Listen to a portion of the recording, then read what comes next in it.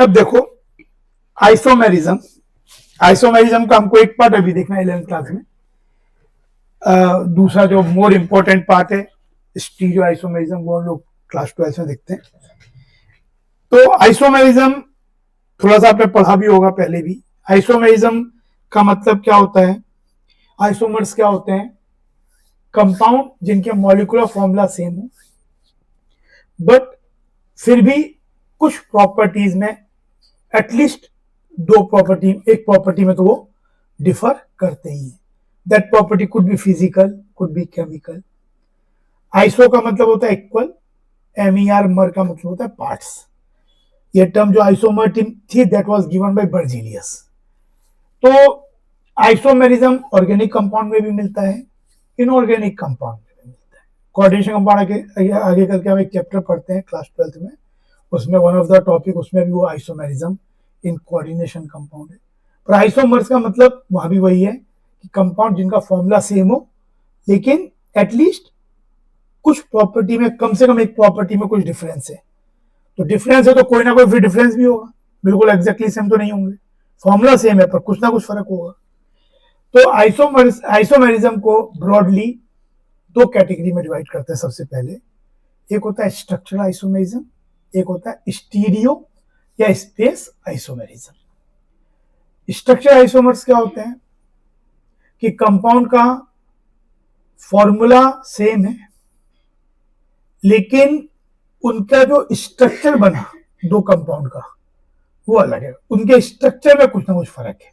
Structure में फर्क का मतलब कि आपस में जुड़ने के तरीके में फर्क हो सकता है। जैसे मान लो ब्यूटेन है,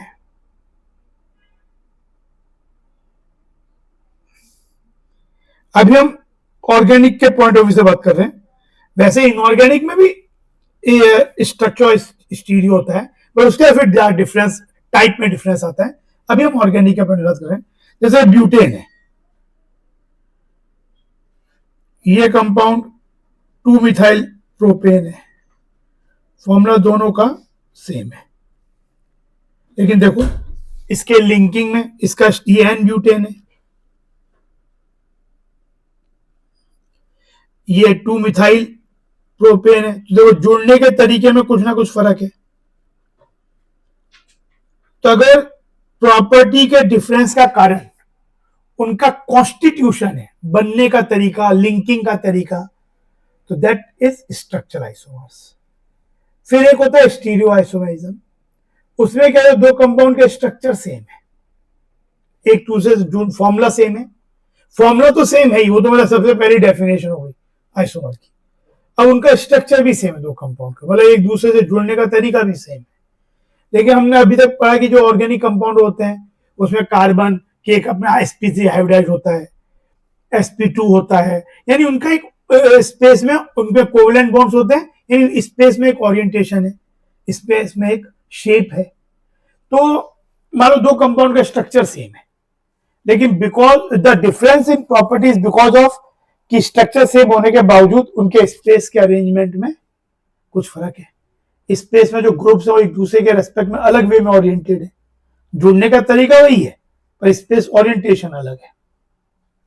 तो वो कारण है डिफरेंस इन प्रॉपर्टीज का, तो उसको हम बोलते हैं स्टीरियो आइसोमेरिज्म। उसके फिर फर्दर अलग अलग वे में क्लासिफाई करने तरीके हैं। ब्रॉडली एक हम ज्योमेट्रिकल आइसोमेरिज्म होता है, एक ऑप्टिकल आइसोमेरिज्म होता है, एक कन्फॉर्मेशन होता है। इनफैक्ट एक तरीका डिवाइड करने का भी तो एक कन्फॉर्मेशन होता है और एक कॉन्फ़िगरेशनल होता है। Stereo isomers are divided into conformational and configurational. Conformation isomers क्या होते हैं? स्पेस अरेंजमेंट बदल रहे हैं, फॉर्मूला सेम है, स्ट्रक्चर सेम है, लिंकिंग सेम है, पर स्पेस में अरेंजमेंट बदल रहा है, पर वो कॉन्टिन्यूसली एक दूसरे में चेंज होता ही जा रहा है। रूम टेम्परेचर पे इतनी एनर्जी अवेलेबल है कि हर फॉर्म, मतलब हो सकता है कोई फॉर्म का परसेंटेज ज्यादा हो लेकिन वो एक दूसरे में कन्वर्ट, आप किसी एक को सेपरेट नहीं कर सकते। इतने रूम टेम्परेचर, इतनी एनर्जी अवेलेबल, एक दूसरे में कन्वर्ट हो सकते हैं, उनको कन्फॉर्मर बोलते हैं। कॉन्फ़िगरेशन आइसोमर्स क्या होते हैं कि उनका भी स्पेस अरेंजमेंट अलग होता है लेकिन वो जो दो कंपाउंड की आप बात कर रहे हो, दो स्पेस अरेंजमेंट्स की, वो अगर एक आपने बना लिया तो रूम टेम्परेचर पे ऐसा नहीं कि अपने आप ही दूसरे में चेंज हो जाएगा, एक से दूसरे में चेंज करने के लिए आपको कुछ ना कुछ थोड़े से बॉन्ड और तोड़ने पड़ेंगे। मतलब in the terms of energy क्या हो गया कि पहले आपको एनर्जी देनी पड़ेगी, फिर शायद हो सकता है ग्रुप रोटेट करे, फिर दूसरा वापस बन जाए, पर वो एक से दूसरे फॉर्म में ए और बी अगर आपके कॉन्फ़िगरेशन आइसोमर है जिनका फॉर्मूला सेम है, स्ट्रक्चर सेम है, लेकिन स्पेस अरेंजमेंट अलग है, पर वो ऐसा नहीं कि रूम टेम्परेचर पे ए बी में कन्वर्ट हो रहा है, बी ए में कन्वर्ट हो रहा है। आपने एक बना के रख दिया तो स्टेबल है वो, जब तक आप उसको तोड़ोगे नहीं, एनर्जी नहीं दोगे, तब तक दूसरे में कन्वर्ट नहीं होगा। तो एक्चुअली ज्योमेट्रिकल ऑप्टिकल आइसोमर्स जो होते हैं, they are the part of configurational isomers. तो एक डिवीजन होता है स्टीरियो आइसोमेरिज्म, कन्फॉर्मेशनल और आपका कॉन्फ़िगरेशनल, और कॉन्फ़िगरेशनल में ज्योमेट्रिकल एंड ऑप्टिकल। तो कैसे भी वो हम जब स्टीरियो आइसोमर देखेंगे तो देखेंगे। आज का मतलब 11th क्लास में हमारा मेनली कंसर्न ज्योमेट्रिकल, थोड़ा सा मैं बताऊंगा जब हम हाइड्रोकार्बन पढ़ेंगे एल्कीन, तो वहां पे एल्कीन्स में ज्योमेट्रिकल मतलब ज्योमेट्रिकल आइसोमरिज्म बहुत मिलता है। Alkene one of the compound, one of the very primary compound जिसमें ज्योमेट्रिकल आइसोमरिज्म मिलता है। तो जब हम एल्कीन्स पढ़ते हैं हाइड्रोकार्बन में, तो एनसीईआरटी बुक में उस समय ज्योमेट्रिकल आइसोमर्स की बात की है, तो थोड़ा सा तब बताऊंगा। अभी हम पहले स्ट्रक्चर देखेंगे। तो अब स्ट्रक्चर आइसोमर्स क्या हो गए, ये फॉर्मूला सेम, स्ट्रक्चर है, स्ट्रक्चर को कॉन्स्टिट्यूशनल आइसोमर बोलते हैं, क्योंकि बनने का तरीका अलग है। कॉन्स्टिट्यूशन बनने का तरीका मतलब एक दूसरे से जुड़ने के तरीके में कुछ ना कुछ फर्क है। तो अब ऑर्गेनिक में जो देखो ये है, यहां मैंने इस तरह से डिवाइड किया है, पर अगर इसको और बेटर वे में डिवाइड करें तो कन्फॉर्मेशनल और ये दोनों मिलके एक्चुअली ये पार्ट ऑफ कॉन्फिगरेशनल।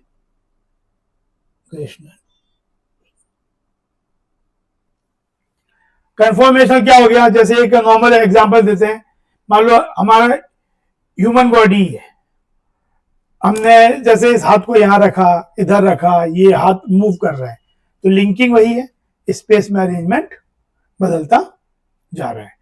तो ये आपके सब कॉन्फ़िगरेशंस है, और नॉर्मली आप थोड़ी सी एनर्जी लग के कन्वर्ट हो जा रहे हैं। पर मान लो कि जैसे कोई आदमी, जैसे ये आपका है, एक सपोज पर्सन ऐसा है, सपोज ये ऐसा कुछ, अब इसी बॉडी में कोई पैर यहां लगा दे और हाथ यहां लगा दे नीचे, तो पैर काट के ऊपर लगा दे, तो ये वाला भी देखा है, इसमें जुड़े तो ऐसे ही हैं, हम इन अगर ये कार्बन सोचा जाए तो जुड़ने का तरीका तो ऐसे ही है, लेकिन यहां पे आप एक से दूसरे में कन्वर्ट करने के लिए you need to some cutting और करना पड़ेगा। खुद ऐसा नहीं होगा कि पैर हाथ नीचे चला गया पैर ऊपर आ गया, तो दैट इज कॉन्फ़िगरेशनल है। जुड़ने के तरीके वही देखा है, तो बॉडी कार्बन वाले एक चीज पे जुड़े वहीं से हैं, लेकिन फिर भी वो दोनों में स्पेस अरेंजमेंट जो है उसे अलग होने में, जो अलग हो रहा है उसमें एक से दूसरे में कन्वर्ट करने के लिए आपको कुछ बॉन्ड तोड़ना, कुछ यहाँ से काटना, यहाँ पे काटने वाली बात आ गई, वहां बॉन्ड तोड़ने की बात आ गई। एक बॉन्ड तोड़ने में ऐसा नहीं हाथ से तोड़ेंगे, आगे एनर्जी देके ब्रेक करेंगे, तो चीजें पर वो कन्वर्ट इजीली नहीं होते। अब हमारा मेन है स्ट्रक्चर। स्ट्रक्चर आइसोमेरिज्म के फर्दर डिवीजन है चेन आइसोमेरिज्म, इसको न्यूक्लियर आइसोमेरिज्म भी बोलते हैं, न्यूक्लियर या स्केलेटन,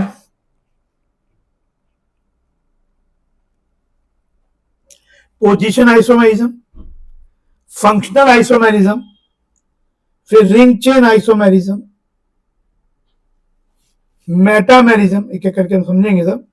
टॉटोमेरिज्म बाद में पढ़ेंगे, ये अपने आप में एक अलग क्लास, ये इसको हम पढ़ेंगे, अभी चाहिए भी नहीं आपको। और ये जो इसके जो डिटेल्स है उसके लिए आपको पहले ऑप्टिक ये मतलब स्टीरियो आइसोमेरिज्म की कुछ चीज चाहिए होती है। मतलब जो कंपटीशन में जो चीजें आती हैं उसमें फिर इसमें कुछ बातें स्टीरियो आइसोमर की भी आती है। तो हम जब पढ़ेंगे ये हमारा लास्ट टॉपिक होगा जब 12th में पहले ये पढ़ेंगे और फिर उसके बाद ये बचा हुआ चीज पढ़ेंगे। अभी आपको नहीं चाहिए। एक जगह जरूर हाइड्रोकार्बन की एक रिएक्शन में टॉटोमेरिज्म वर्ड यूज नहीं किया है आपके टेक्स्ट बुक में, पर एक चेंज लिखा, उसको लिखा आइसोमराइजेशन। रिएक्शन में मतलब टॉटोमर्स क्या होते हैं, मतलब स्ट्रक्चर आइसोमर्स ही होते हैं, अलग वे है लिंकिंग का, लेकिन वो इक्विलिब्रियम में एग्जिस्ट करते हैं। एक कंपाउंड है, कुछ कन्वर्ट होकर दूसरा बन गया, दोनों एग्जिस्ट कर रहे हैं and then some criteria satisfy करते हैं। तो वहां पे एक रिएक्शन, अभी हाइड्रोकार्बन चैप्टर में एक रिएक्शन आएगी जहाँ पे एक कंपाउंड बन के वो टॉटोमराइज होकर दूसरे में जाता है। तो वहां पे बुक में भी टॉटोमराइज नहीं लिखा, बस आइसोमराइजेशन वर्ड लिखा है। तो जब आएगा तब मैं बताऊंगा, लेकिन अभी उस पर अब ये वाले तब देखो चेन न्यूक्लियर और स्केलेटन आइसोमरिज्म।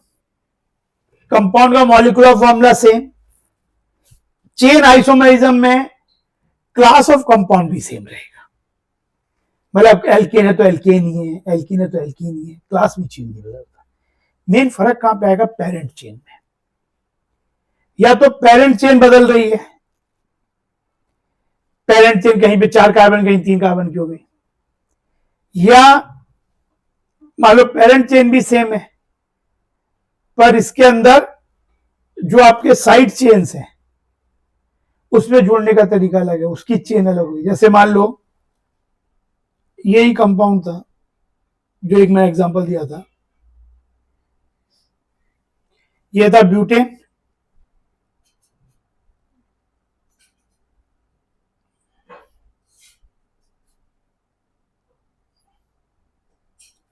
दोनों ही एल्केन है, फॉर्मूला दोनों का सेम होता है C4H10,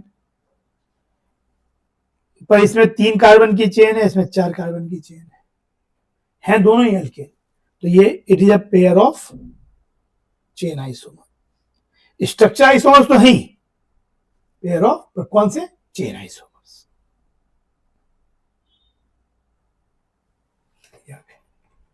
फिर जैसे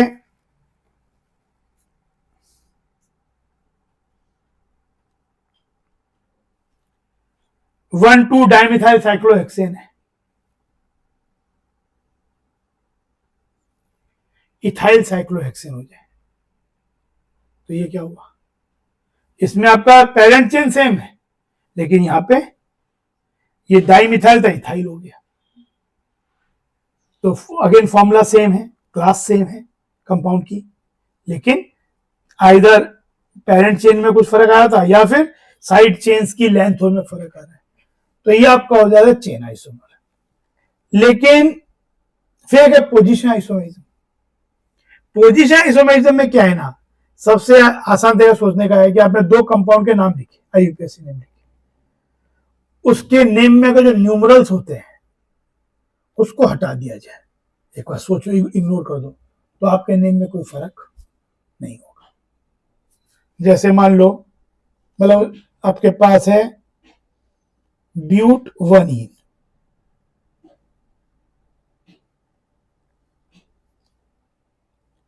फिर एक है ब्यूट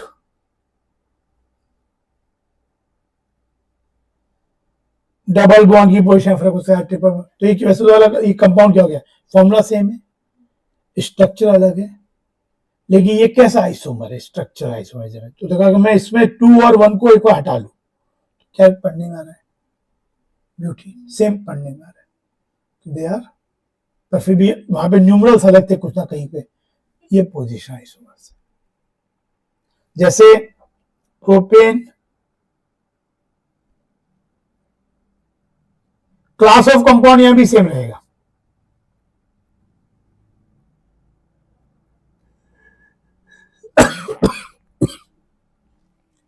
ये हो गया propane 1 all, propane 2 all, chain isomers, नहीं पोजीशन आइसोमर। तो जब OH की पोजीशन का फर्क हो जाए, फंक्शन के डबल बॉन्ड की पोजीशन फर्क हो जाए। अच्छा, फिर जैसे ये है, ये कंपाउंड है 1,2 डाइमिथाइल साइक्लोहेक्सेन, 1 इथाइल साइक्लोहेक्सेन, तो ये आपस में तो क्या हुए, चेन। ये हो गया 1,1 डाइमिथाइल साइक्लोहेक्सेन, तो 1 और 2 आपस में, और 3 आपस में क्या हो गए, ये है 1,2 डाइमिथाइल साइक्लोहेक्सेन, ये है 1,1 डाइमिथाइल साइक्लोहेक्सेन, ये आपस में पोजीशन है। तो इसमें अगर मैं एक बार नंबर्स को हटा दूं, नाम एक ही जैसा लग रहा है, तो इसमें 1,2 आपस में चेन है, 3,2 आपस में चेन है, पर 1,2 पोजीशन है, और 3 ही आपस में स्ट्रक्चरल आइसोमर्स है ना। एक जैसा क्वेश्चन करते हैं पहले, जैसा समझते हैं चीजों को।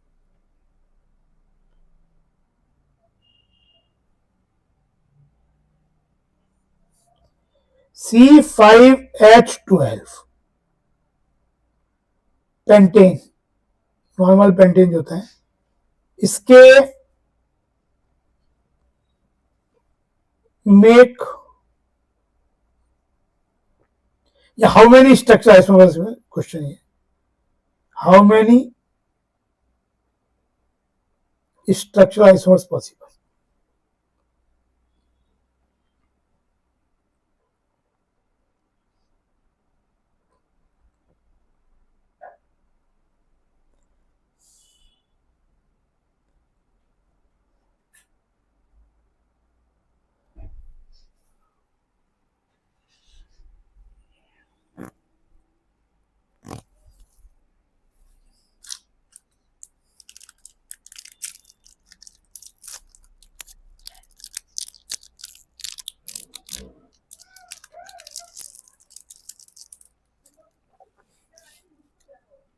तो क्या होगा, एक तो एन पेंटेन 1 2 3 4 5,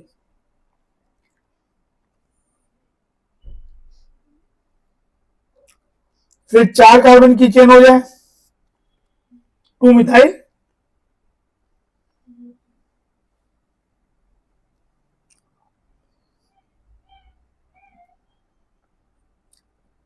ये क्या 3 मिथाइल ब्यूटेन है, ये भी 2 मिथाइल ब्यूटेन है,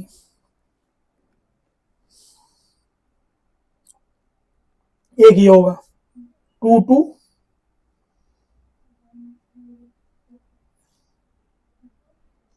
ये इसके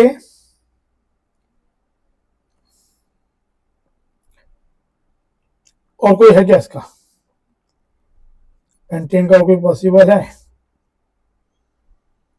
मेरे भाई और कोई पॉसिबल नहीं है, तो इसके 3 तो स्ट्रक्चर आइसोमर हो गए।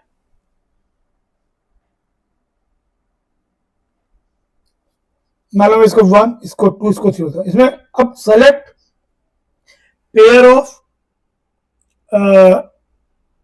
चेन आइसोमर्स इन देम, 1 2 आपस में क्या है, चेन है, 2 3 भी आपस में चेन है, और 1 3 भी आपस में चेन ही है, इसमें कोई भी पेयर चेन आइसोमर ही है, पोजीशन इसमें नहीं है। अब सेम क्वेश्चन करो, हाउ मेनी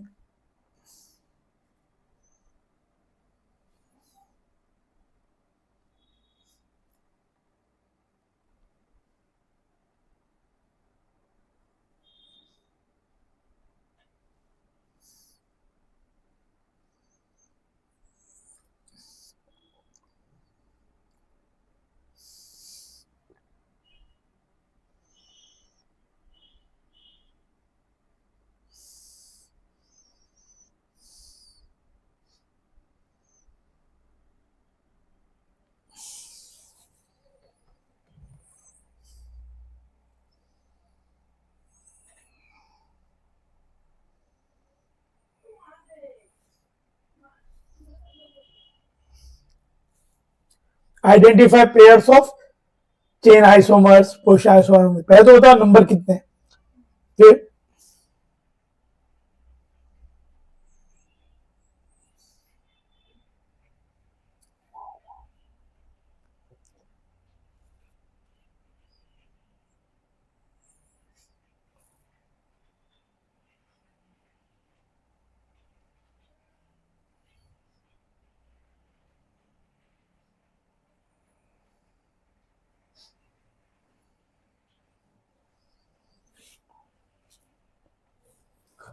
क्या बना, चलो बनाते हैं। पहले एन हेक्सेन, 1 2 3 4 5 6, एन हेक्सेन बन गया एक। फिर 2 मिथाइल पेंटेन, 3 मिथाइल पेंटेन, फिर वापस 2 हो जाएगा, इधर लाएंगे तो ना। फिर 4 का सोचो, 2 2 डाइमिथाइल ब्यूटेन, 2 3 डाइमिथाइल ब्यूटेन। कोई और बन सकता है क्या?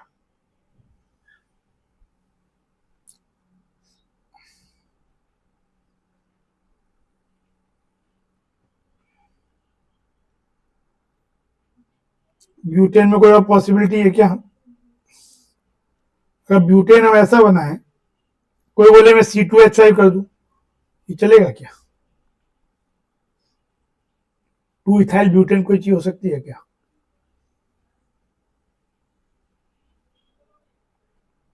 नहीं, क्यों? लॉन्गेस्ट चेन क्या हो गई? तो 3 मिथाइल पेंटेन हो गया, तो वही हो गया जो 3 मिथाइल पेंटेन था। तो इसमें आपके जो चेन आइसो, टोटल आइसोमर्स हैं, स्ट्रक्चर आइसोमर्स, वो 5 है। तो इसको मैं मार्किंग कर दूं, तो मुझे ये बताओ इसमें कितने पेयर पोजीशन आइसोमर्स हैं, कितने? एक तो 5 में से पेयर कितने बन सकते हैं?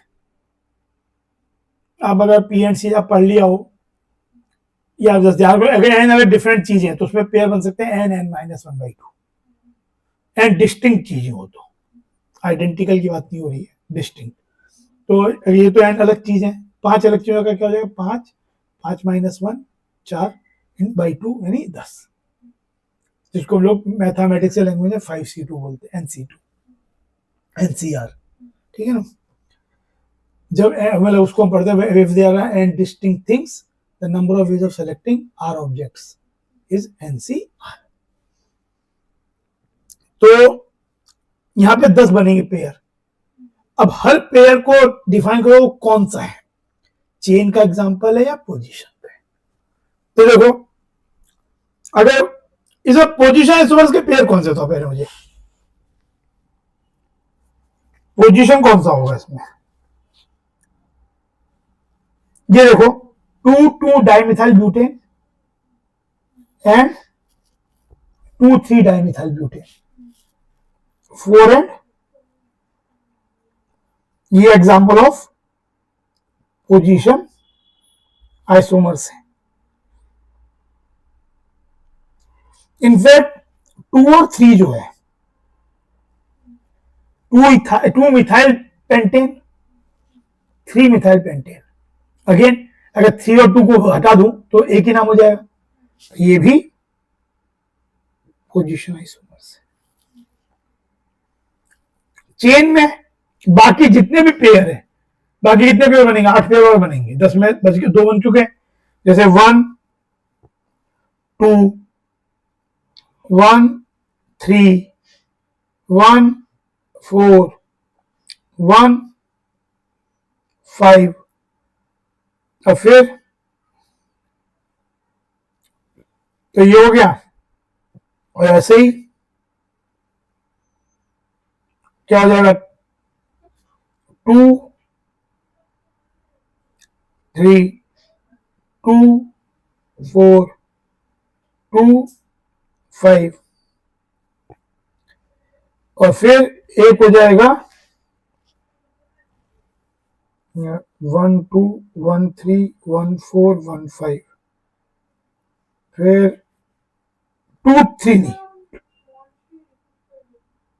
1 3 नहीं, 2 3 हट नहीं होगा, 2 3 तो आपस में क्या है? पोजीशन हो गया। तो 2 4 2 5, और फिर 3 4 एंड, ये आपके एग्जांपल हो गए 8 पेयर चेन या न्यूक्लियर या skeleton isomers, pairs of these isomers. Question कभी ये नहीं होता कि हाउ मेनी चेन आइसोमर्स, ये मीनिंगलेस है। How many pair of chain isomers are there, that's how many structure isomers are there, answer 5। समझे? क्वेश्चन अगर कोई पूछे how many chain isomers are there, तो देखा जाए तो क्वेश्चन गलत है। ये पूछे how many pairs of chain isomers, how many pairs of position isomer, how many structure isomers are there, that's make a question. 5 हो जाएंगे। एक और बताओ, C7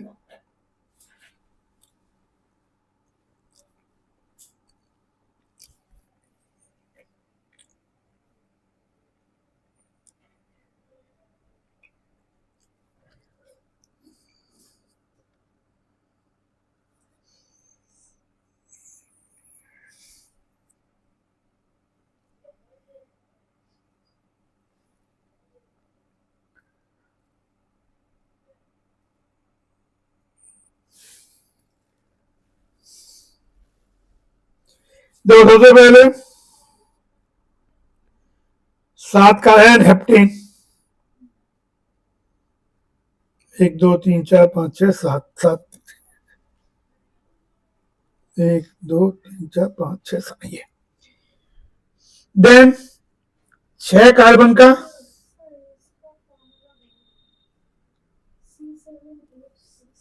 H16,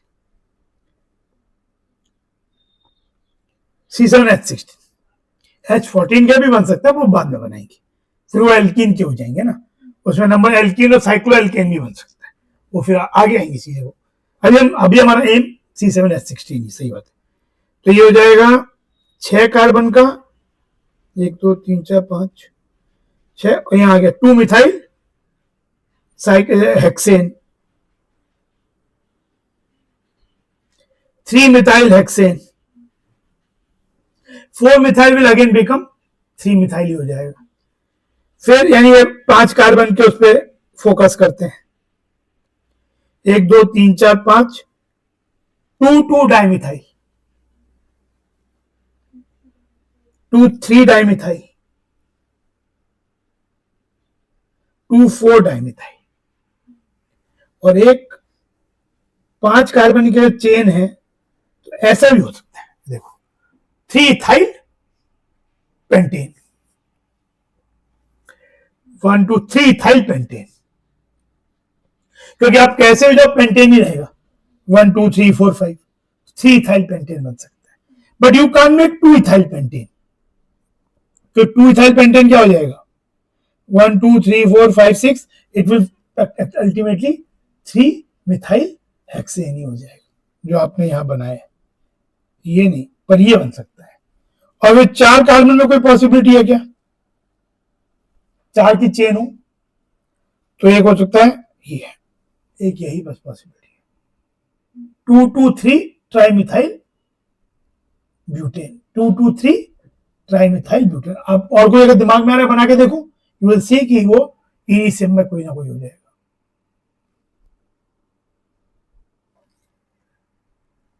तो कितने हो गए इसके,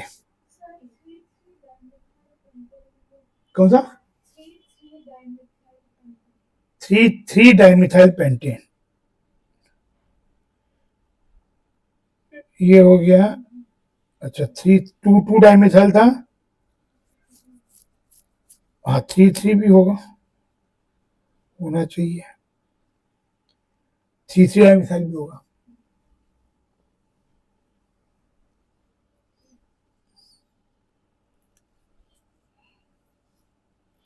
कितने हो गए, 9 हो गए, है ना। 1 2 3, 3 तो एक तो हेप्टेन का, 2 आपका उसका हो गया 6 चेन का, फिर आपके 5 हो गए ये पेंटेन वाले, और एक हो गया ब्यूटेन वाला, तो टोटल ही 9 हो जाएंगे। इसमें मार्क करो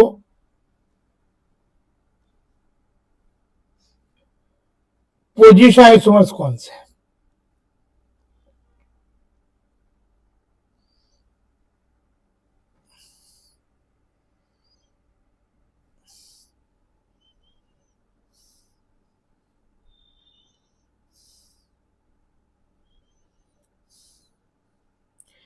पोजीशन आइसोमर्स को मार्क करो।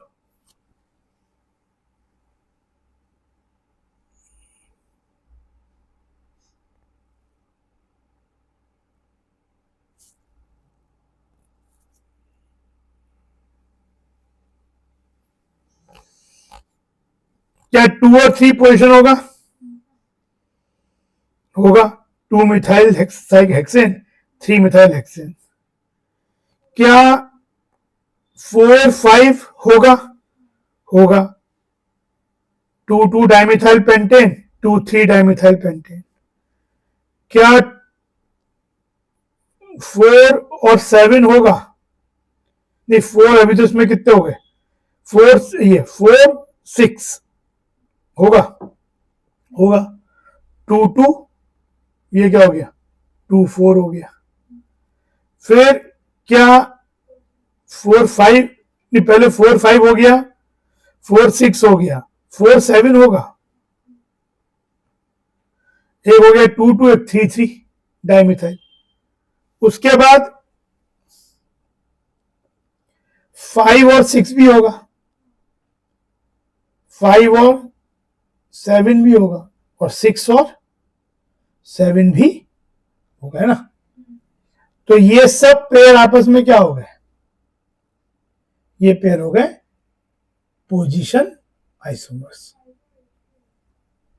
5 और 8 नहीं, 5 है क्या? 5 और 8 तो आपस में चेन आइसोमर है। देखो 5 ये लिखा, तो 5 का नाम क्या है? 2 3 डाइमिथाइल पेंटेन। ये क्या है? ये तो हो गया पेंटेन तो है, पर 3 इथाइल है, तो ये तो पोजीशन नहीं हुआ ना, चेन हो गया है। क्योंकि जो 2 मिथाइल थे एक सिंगल साइड चेन बन गए 2 कार्बन की, है ना। तो इसमें इनको छोड़ के बाकी जितने ही पेयर आएंगे, टोटल पेयर होंगे इसमें बनेंगे 9C2, मतलब 9 इंटू 8/2, 36 पेयर बनेंगे।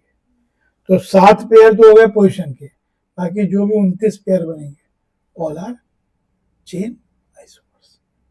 ठीक है।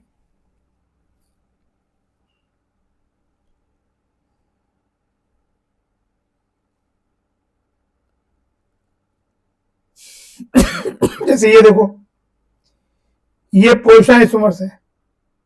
1 2 dichlorobenzene, 1 3 dichlorobenzene, 1 4 dichlorobenzene. These are the any pair is a example of position isomer. Butane 1 ol, butane 2 ol position. 1 nitropropane, 2 nitropropane position. But 1 ine, but 2 ine position.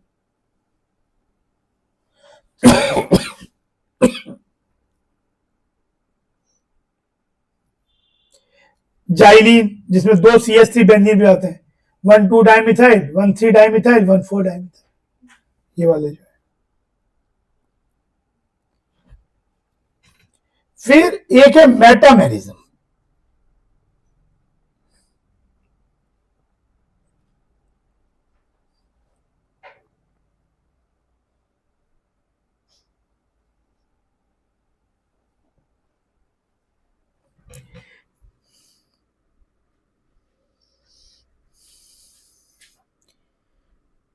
Phenomenon है metamerism, उस pair को metamers बोलते हैं। Position isomerism phenomenon है, और जो compound को isomers बोलते हैं। ऐसे तो मेटामेरिज्म क्या है कि कोई हेट्रोएटम क्या होता है? जो कि एटलीस्ट 2 बॉन्ड बना सके। जैसे ऑक्सीजन है, नाइट्रोजन है, 3 बॉन्ड बना सकते अपने, सल्फर है, इवन सिंगल एटम एक ग्रुप भी हो सकता है, CO ग्रुप है, कीटोन ग्रुप, इवन ये ग्रुप है। अच्छा, एक बात और है, आइसोमर्स की डेफिनेशन बहुत ऐसी रिजिड नहीं है कि अगर एक पेयर एक आइसोमर हो गया तो दूसरा हो ही नहीं सकता। भाई एक पर्टिकुलर आइसोमरिज्म के लिए एक डेफिनेशन फुलफिल होनी चाहिए, पर हमारा एम ये नहीं है कि कोई अगर ए और बी एक पेयर फला आइसोमर हो गया तो कोई और आइसोमर की डेफिनेशन फिट ही नहीं बैठना चाहिए। हर की अपनी डेफिनेशन है। अगर मान लो कोई एक पेयर दो तरीके के आइसोमर्स की डेफिनेशन फिट बैठता है तो it's both kind of isomerism. Definition, हमारा एम आइसोमरिज्म को डिफाइन करने का ये नहीं है कि to a pair of compound should be exclusively one kind of isomerism, not necessary. Isomers की डेफिनेशन, अपने हमने आइसोमर्स को डिफाइन किया, एक डेफिनेशन दी। अब अगर उस डेफिनेशन में एक पेयर है वो सेट होता है तो वो आइसोमरिज्म है, पर कोई दूसरी डेफिनेशन में वही पेयर सेट होता है तो हम बोलेंगे उसमें वो भी दोनों तरीके का आइसोमरिज्म उस कंपाउंड में। सी डबल है ऐसा ग्रुप, तो ऐसे ग्रुप में इनके अराउंड यहां पे क्लास ऑफ कंपाउंड नहीं बदलेगा। ईथर है तो ईथर रहेगा, अमाइन है अमाइन, प्राइमरी है तो प्राइमरी रहेगा, सेकेंड है सेकेंड रहेगा। तो ऐसे कंपाउंड में यहां पे जो एल्काइल ग्रुप हो, इधर यहां पे एल्काइल ग्रुप हो और इनका डिफरेंट अरेंजमेंट नंबर, जैसे मान लो मेरे पास है C2H5,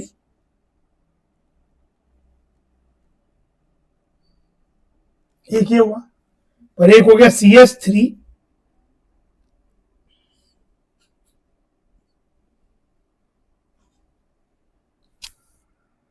तो इस O के अराउंड एल्काइल ग्रुप का जो डिस्ट्रीब्यूशन है, यहां इथाइल है, यहां मिथाइल प्रोपाइल है, तो this is a pair of metamer, इनको मेटामर्स बोलते हैं। फिर जैसे एक ऐसा हो जाए,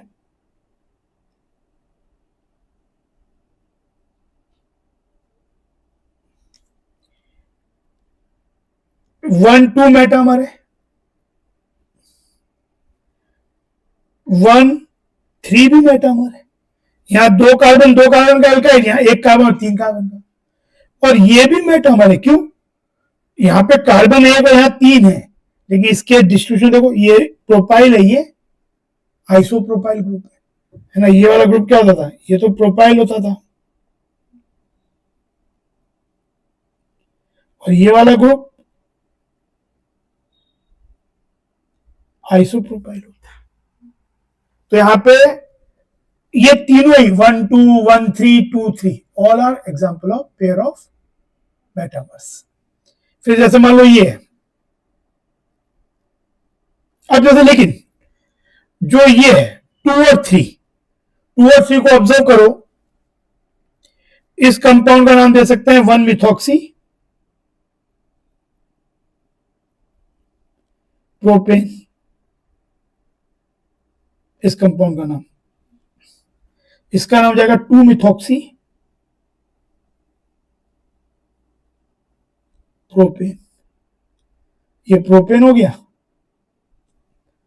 1 2 2 पे मिथॉक्सी ग्रुप है, लॉन्गेस्ट चेन सेलेक्ट कर ली, एल्केन का उससे 2, तो ये आपस में क्या हुआ? ये मेटामर तो थे ही, पर ये आपस में पोजीशन आइसोमर, समझे? जैसे ये देखो,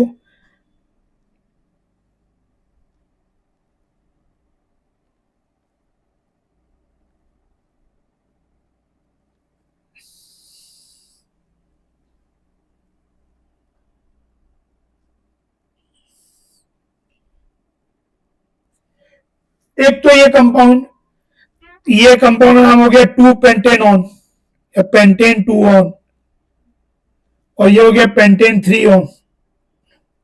तो एक तो आपस में क्या है? पोजीशन। फंक्शन ऑफ कीटोनिया सेम है, बस उसकी पोजीशन बदल रही है। पर एक तो पोजीशन भी है, पेयर ऑफ पोजीशन आइसोमर। तो इसे ऐसे सोचो, इस CO के अराउंड जो मल्टीवैलेंट है, बाईवैलेंट काम कर सकता है, 2 बॉन्ड जुड़ सकते हैं जिसके अराउंड, और इस ये CO के अराउंड यहां क्या हुआ? मिथाइल जुड़ा, प्रोपाइल जुड़ा, ये इथाइल हुआ, तो ये पेयर ऑफ मेटामर्स भी है। हालांकि जब ऐसा होता,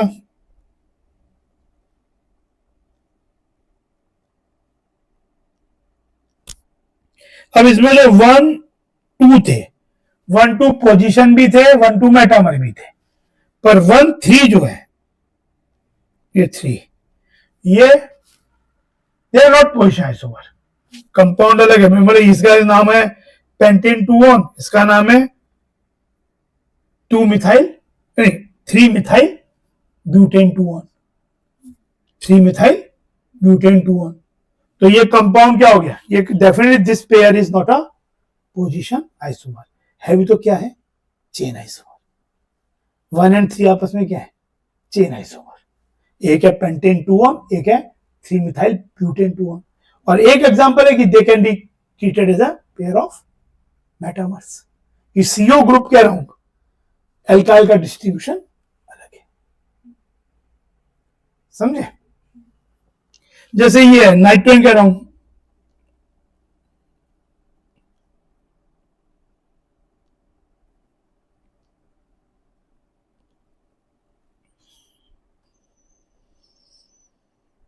नाइट्रोजन कंपाउंड है, ये हुआ एक।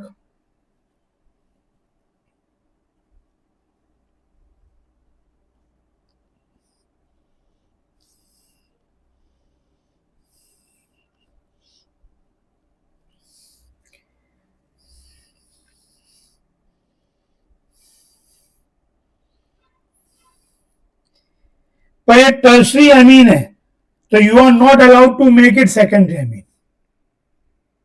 Tertiary amine and secondary amine are functional isomers.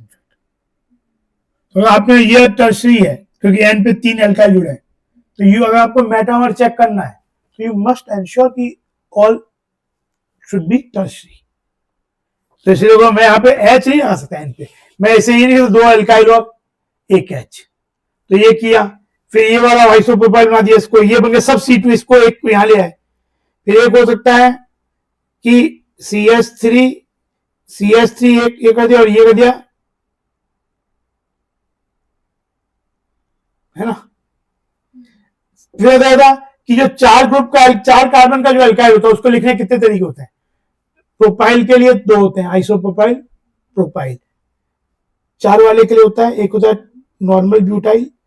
ये सब बिल्कुल दिमाग में होता है ना, गांठ बांध लो, मतलब ये बहुत यूज होंगे और मतलब देखने में लगता है कि आसान तो है चीजें, लेकिन स्टिल 90% लोग 2 साल के बाद भी ये ब्यूटाइल कितने तरीके से बनता है उन्हें नहीं जानते, पूरे इंडिया में होता है। सेलेक्ट होने वाले बच्चों तो 3-4-5% लोग हैं, वो हो गए। बाकी तो बहुत से तो जो मतलब उन्हें 2 साल के बाद भी ब्यूटाइल कितने तरीके से बन सकता है उसमें भी उन्हें मतलब बार बार बनाना पड़ेगा।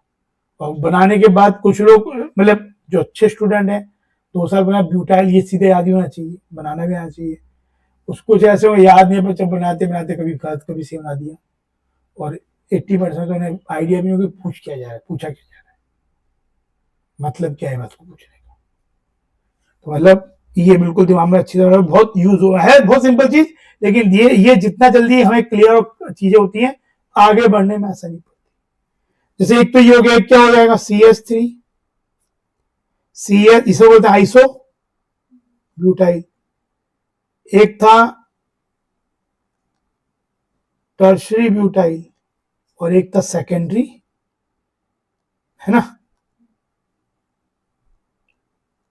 ये सेकेंडरी ब्यूटाइल। ब्यूटाइल को 4 तरीके से लिंक किया जा सकता है। तो आप यहां पे 4, ये हो गया, एक तो एन हो गया, ऐसे 4 लिंक कर दो, तो ये अपने आप में, तो इसमें कोई भी pair will be classified as a pair of metamer, ठीक है ना। क्योंकि इनमें सब जो अराउंड टर्शियरी अमीन सभी हैं, पर किसी भी 2 में कुछ ना कुछ फर्क एल्काइल के अरेंजमेंट में, या तो वो नंबर के रूप में अलग है, यहाँ 2-2-2 आता है, यहाँ 2-1-3 वाला है, या कहीं पे यहाँ पे 2-1, यहाँ 2-1-3 2-1-3 है, एक और ये वाला जो था ऐसा वाला जो एक है, ये भी एग्जांपल ऑफ, ये भी है, ये भी आपस में पेयर ऑफ मेटामर। इसमें फर्क क्या है, इसमें नंबर का फर्क नहीं है, लेकिन इसके उसमें फर्क है, ये आइसोप्रोपाइल है, ये प्रोपाइल है। तो ये एनी पेयर, ये वाला, ये दोनों कोई भी पेयर में से, और इनफैक्ट ये वाले भी, ये अकेला एक नहीं है, ये सब भी जो टोटल बन के जाएंगे, 4 तो ये बन गए और 3 और बन जाएंगे, 7 बन जाएंगे। Any pair out of that is metamer तो है। फिर इसमें कुछ ऐसे हो सकते हैं कि जब नाम लिखा जाए तो नाम बिल्कुल सेम एक्सेप्ट पोजिशनिंग बदल रही है, तो पोजिशन आइसोमर्स के एग्जांपल होते हैं। और बाकी सब चेन आइसोमर्स रहेंगे, बाकी सब चेन आइसोमर्स रहेंगे। तो ये चीज है। पर मेटामर होने के लिए, मेटामर यूजुअली कोई ना कोई एक दूसरा काइंड का आइसोमर तो होगा ही। मेटामर विल बी समथिंग, मतलब एक मेटामर को हमने क्या हो, मेटामर एक जैसे सब डेफिनेशन टाइप की होगी कि एक ऐसा ग्रुप जिसके हम 2 से ज्यादा हो या 2 से ज्यादा ग्रुप जुड़ सकते हैं एल्काइल, तो उनका एल्काइल के का डिस्ट्रीब्यूशन अलग तरीके का है, तो that pair can be called metamer. तो आप देखोगे यूजुअली वो मेटामर जो होते हैं, either they are the example of the position isomers और they are the example of chain isomer. पर मेटामर होने के लिए, but every chain is not metamer, every metamer is also not chain, metamer but usually are chain या position. तो metamer होने की जरूरी है कि एक मल्टीवैलेंट एटम या ग्रुप के अराउंड एल्काइल का डिस्ट्रीब्यूशन अलग तरीके से, एल्काइल ग्रुप का डिस्ट्रीब्यूशन, ठीक है ना। ये है आइसोब्यूटाइल, ये आइसोब्यूटाइल है, ये सेकेंडरी ब्यूटाइल है और ये टर्शरी ब्यूटाइल।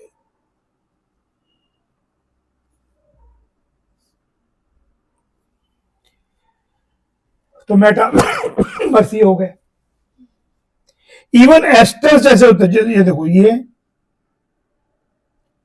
इसके अराउंड मान लो ये ग्रुप मान लिया C2H5, लेट्स से C2H5, वैसे तो इसका नाम क्या हो गया, इथाइल प्रोपानोएट। इस कंपाउंड नाम इथाइल, ये एस्टर ग्रुप है, इथाइल 3 कार्बन का एसिड का प्रोपानोएट। अच्छा, इसको लेकिन ऐसा कर दो CH3,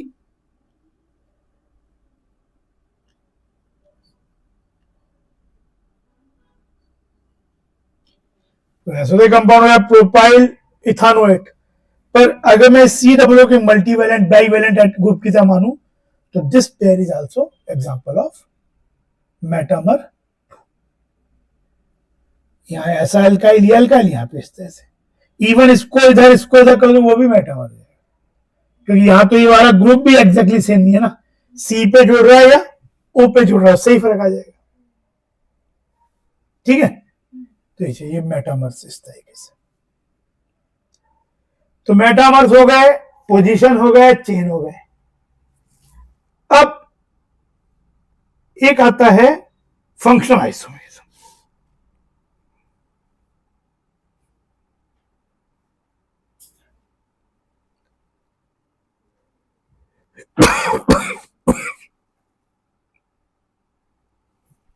फंक्शनल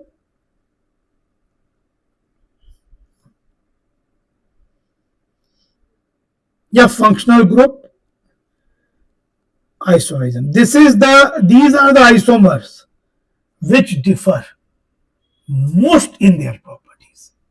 क्योंकि एक कंपाउंड की प्रॉपर्टी का सबसे बड़ा कारण है उसका फंक्शनल ग्रुप। ये क्या बोले, 2 कंपाउंड जिनका फॉर्मूला सेम है बट उनका फंक्शनल ग्रुप अलग है। स्ट्रक्चर 2 ऐसे हैं, अलग अलग स्ट्रक्चर, क्योंकि फंक्शनल ग्रुप ही अलग है।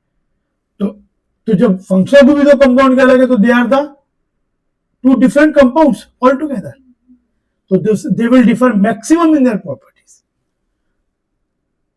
जैसे देखो,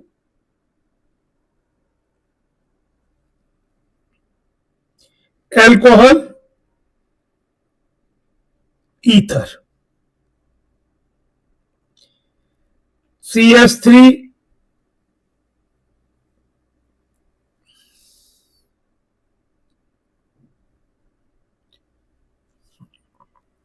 फॉर्मूला सेम है, लेकिन ये ईथर है, ये अल्कोहल है, they are functional group isomers. Alcohol ether functional isomers होते हैं। Carboxylic acid,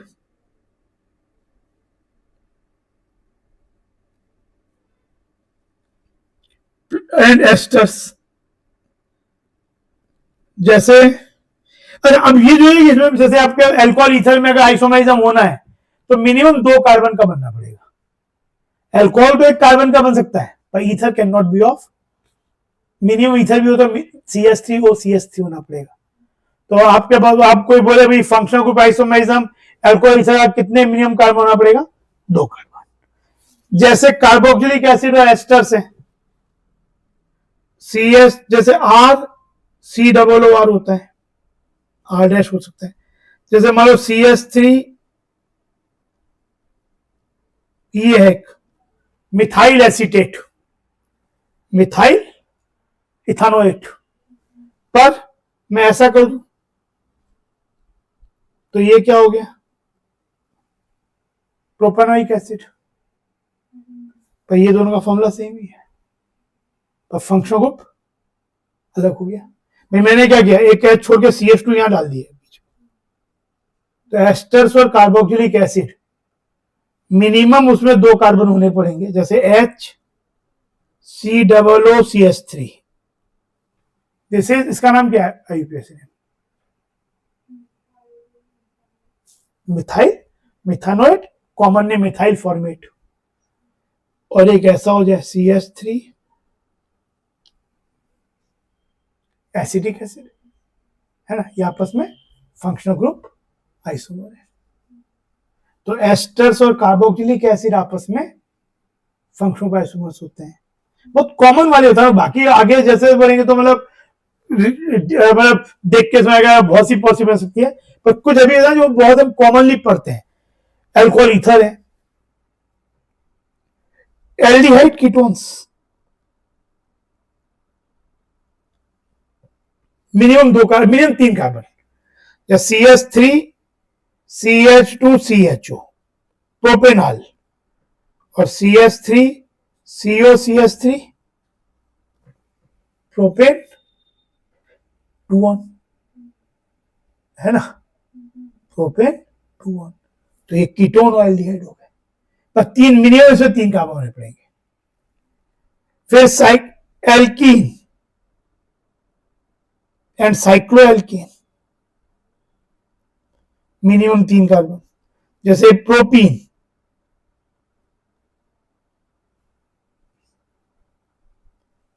cyclo propane, CH2 ये साइक्लोप्रोपेन हो गया, एल्कीन एंड साइक्लोएल्कीन हो गया। तो इस तरह से आप जैसे एक चीज देखो,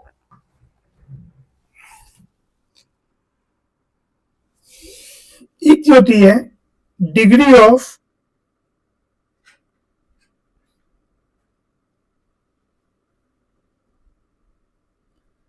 अनसैचुरेशन,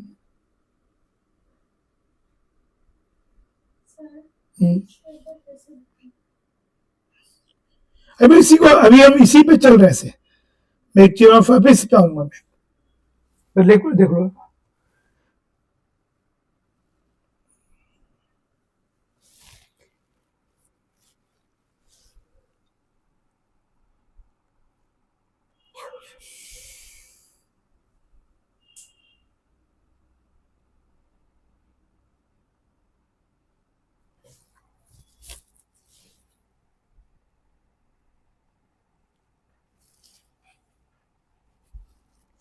डिग्री ऑफ अनसैचुरेशन,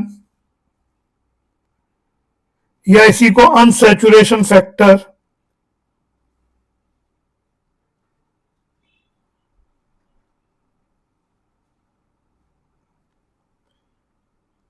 या इसको double bond equivalent,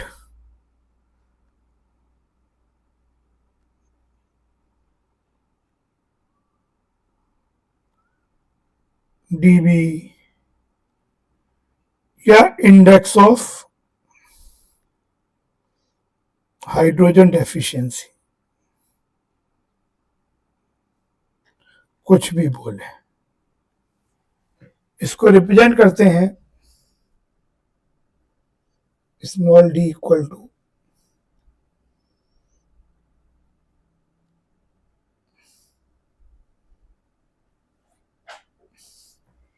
N1 is number of carbon atom in the compound.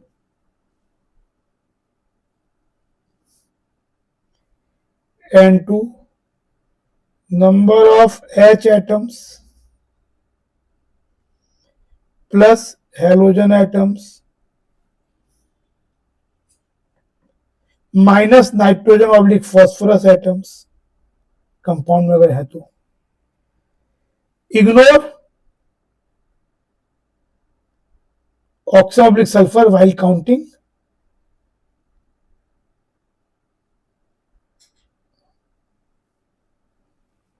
बहुत कुछ वही है जो हमने वहां पे केमिकल बॉन्डिंग में ही पढ़ते थे, एक बॉन्ड पे और निकाले, कुछ उसी तरह की चीज है।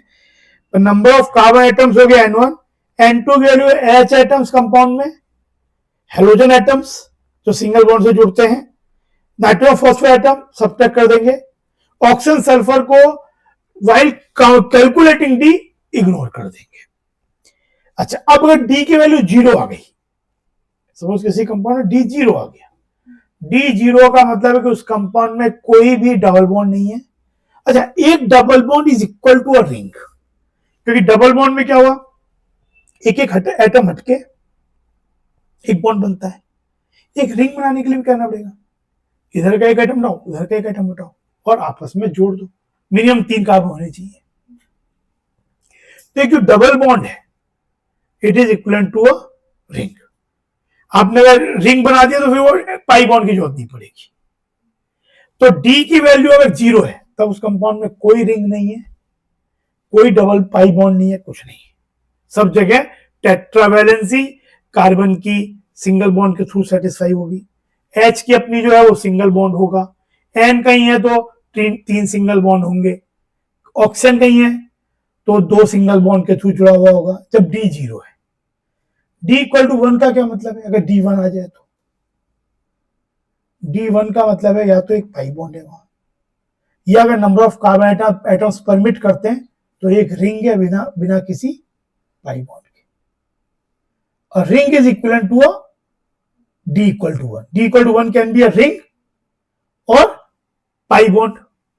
D2 है तो क्या हो सकता है, 2 पाई बॉन्ड, 2 डबल बॉन्ड भी हो सकते हैं, एक ट्रिपल बॉन्ड भी हो सकता है, और एक रिंग एक डबल बॉन्ड हो सकता है D2 है तो, या 2 रिंग हो सकती है कंपाउंड के अंदर पर कोई पाई बॉन्ड नहीं। जैसे अब एक चीज सोचो,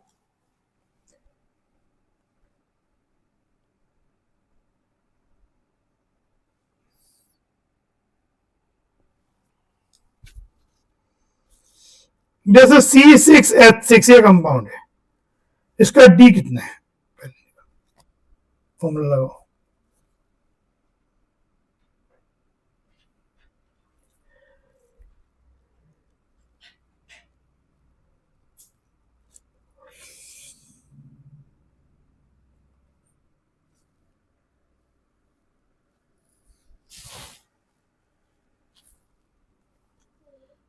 टू इंटू 6 प्लस 2 एंड 2 6 ही होगी, क्या हाइड्रोजन ही है, क्या आया 7 सेचुरेशन। बहुत सी पॉसिबिलिटी है पर एक पॉसिबिलिटी ये भी है ना, एक रिंग हो गया, एक रिंग बराबर 1 डी, यहां डी 4 है तो एक रिंग 3 डबल, बेंजीन का जो होता है। पर इसका ऐसा नहीं कि ये बेंजीन के लिए फॉर्मूला है, और ये फॉर्मूला से केवल बेंजीन में जो ही नहीं है, जैसे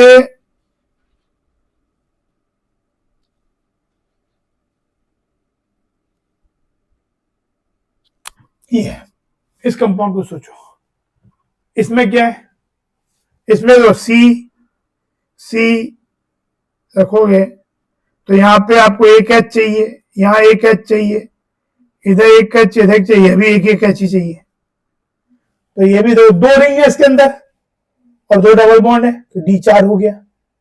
in fact this was the structure of benzene given earlier before Kekulé gave his structure.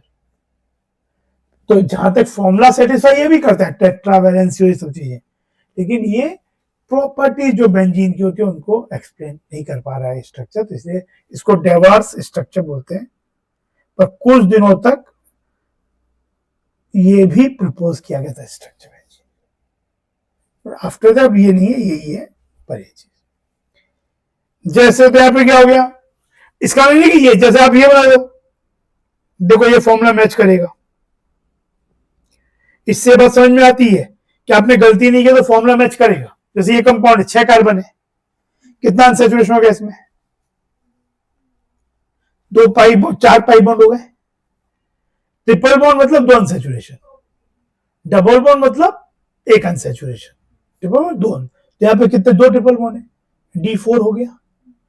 देखो फॉर्मूला आप देखते हैं मैच करेगा क्या, सी से कैसे, यहाँ पे एक एच लगाया टेट्रानेचुरल, यहाँ एक एच लगाया, 2 एच लगाना पड़ेगा, हो गया। ये तो फॉर्मूला है C6H6। तो आगे चल के ये भी थोड़ा सा हमको, जब मतलब अभी तो हम बिगिनिंग में है, पर इवन जब लेटर पार्ट में हम ऑर्गेनिक कंपाउंड को पहचानेंगे हो तो रिएक्शंस और बहुत से चीजें रोल प्ले करेंगी, लेकिन हमको एक इनिशियल आइडिया देगा कि जो फॉर्मूला मुझे दिया है मुझे उसमें कितना अनसैचुरेशन चाहिए, किस तरीके, मान लो मेरे पास 2 अनसैचुरेशन चाहिए पर मेरे पास रिएक्शन में डबल बॉन्ड ट्रिपल बॉन्ड की रिएक्शन नहीं हो रही है, यानी वो 2 अनसैचुरेशन तो चाहिए लेकिन पाई बॉन्ड नहीं चाहिए, तो आई शुड थिंक अबाउट क्या रिंग के थ्रू इसका अनसैचुरेशन सेटिस्फाई हो। समझो, तो मैं बनाऊंगा कि जैसे मान लो ये कंपाउंड है, ये कंपाउंड क्या हो गया, 2 रिंग है पर पाई बॉन्ड नहीं है, पर इसका अनसैचुरेशन 2 है क्योंकि 2 रिंग है। जैसे C4H6, ये कंपाउंड का कितना अनसैचुरेट देखो,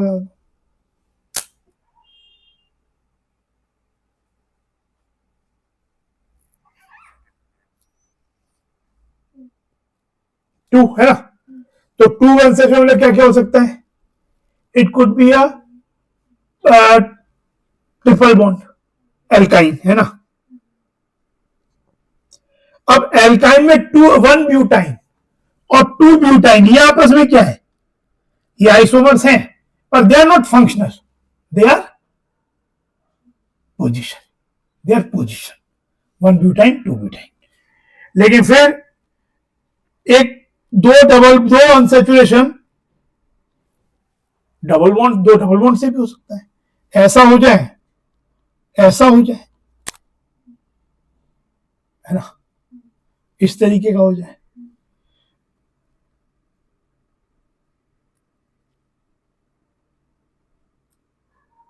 ये संभव है क्या, तो अब जैसे ये di, this is called di, this is called di, ये अलग क्लास, ये अल्काइन है, ये अलग क्लास हो गई। फिर एक हो सकता है एक रिंग एक पाई बॉन्ड, और ये वाला भी हो सकता है बाई, देखो इसका फॉर्मूला सी सी सी, ये बाई साइक्लो कंपाउंड है।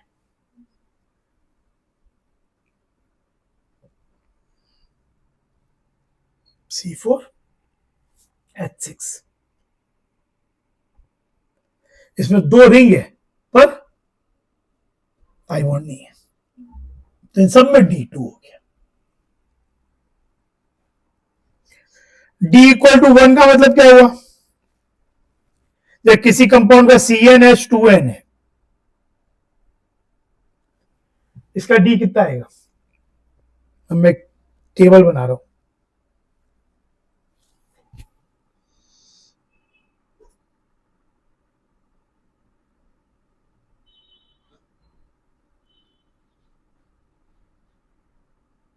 degree of unsaturation, possible scenarios.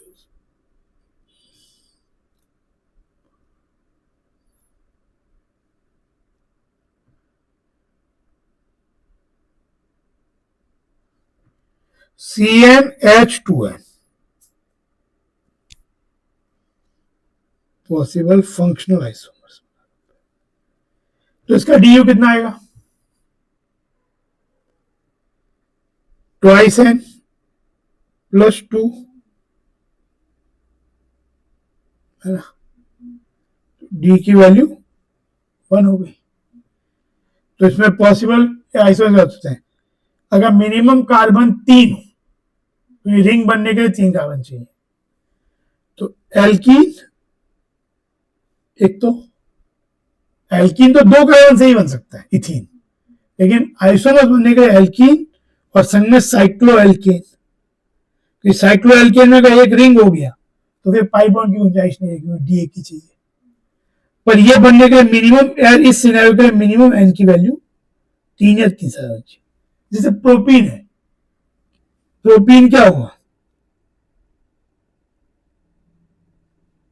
ये प्रोपीन है और ये साइक्लो प्रोपेन है, इनका फॉर्मूला सेम है, ठीक है। फिर CnH2n-2 ये आपका फंक्शनल आइसोमर्स हो गए, ठीक है। साइक्लो एल्कीन और एल्केन को, एल्कीन और साइक्लो एल्केन को फंक्शनल आइसोमर्स सकते हैं, 2 अलग फंक्शनल ग्रुप है। ये क्या हो जाएगा इसमें, डी ट्वाइस एन प्लस 2 आ जाएगा। कार्बन की वैल्यू N1 एन हो गया, हाइड्रोजन कितने हो गए, ट्वाइस एन माइनस 2। तो सॉल्व करोगे तो ये 4/2 2 हो जाएगा। तो it can be alkyne triple bond, it can be alkadiene, इसमें मिनिमम लेकिन N 3 होने पड़ेंगे, एन यहां इससे काम चल जाएगा। फिर साइक्लो एल्कीन, एन की मिनिमम 3 और से, और बाई साइक्लो एल्कीन कि मतलब 2 रिंग हो जाए पर कहीं पाई बॉन्ड ना हो, तो उसके इसके लिए मिनिमम N 5 होना पड़ेगा, 4 होना पड़ेगा। और एक स्पायरो कंपाउंड होता है, स्पायरो एल्केन्स, इसमें भी 2 रिंग होती है कई अनसैचुरेशन। अब इसमें स्पायरो और बाइसाइक्लो में क्या फर्क है, स्पायरो बनने के लिए minimum number of carbon atom 5 होने पड़ेंगे। तो बाइसाइक्लो क्या होता है कंपाउंड,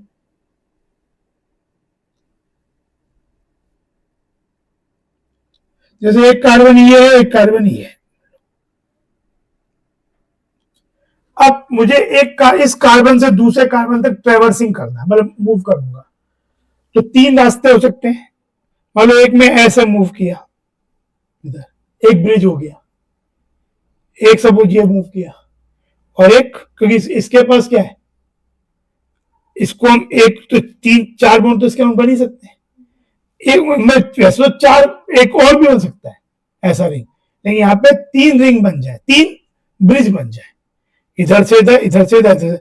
इसमें जो ये डायरेक्ट हो, आप एक ऐसे भी आ सकते हो।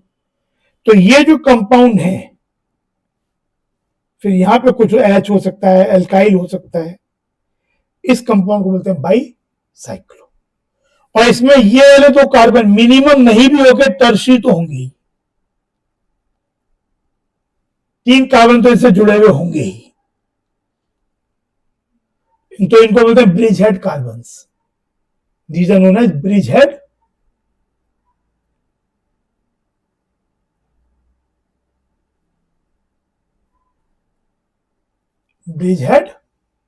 कार्बन्स।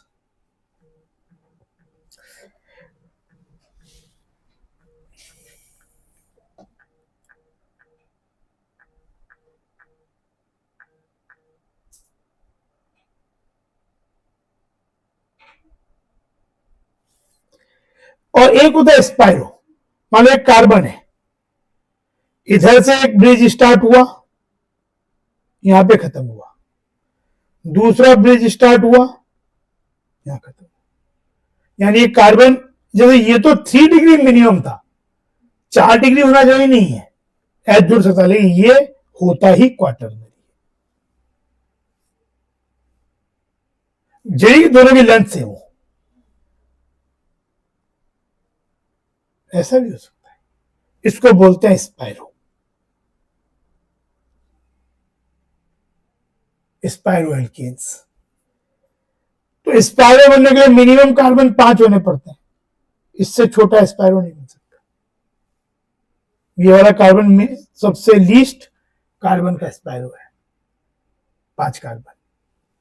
और बाइसाइक्लो बनने के लिए एक ब्रिज में सीधा जुड़ जाए और एक में एक एक हो, मिनिमम 4 कार्बन। स्पाइरो में मिनिमम 5 कार्बन। पर ये सब के सब आपस में दे आर फंक्शनल आइसोमर, अलग अलग ग्रुप।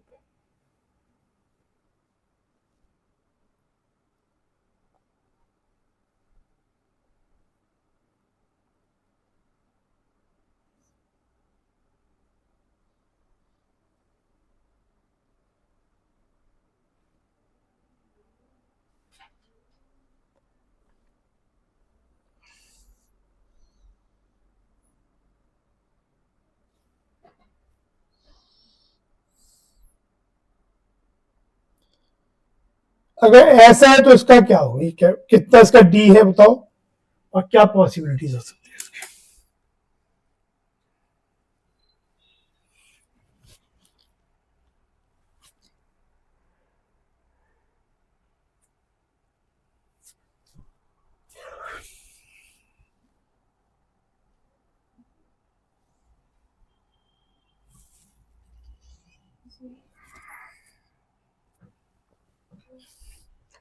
जीरो,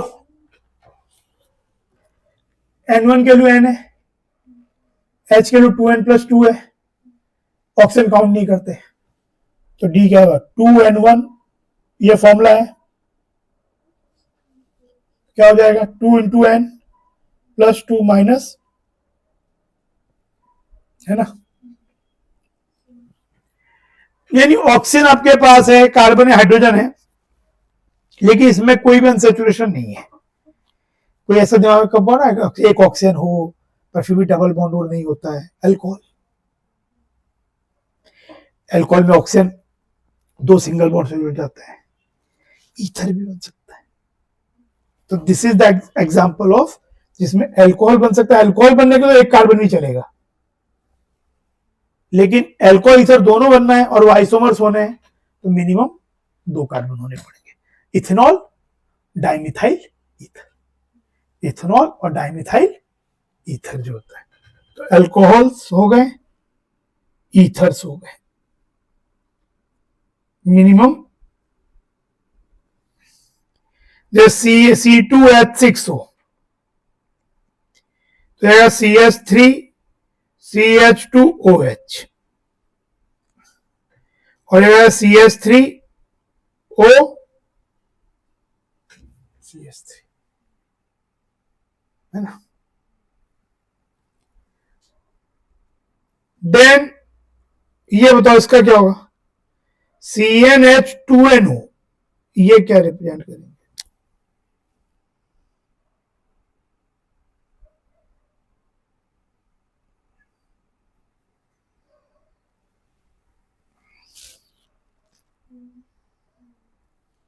कितना आता है 1 आता है।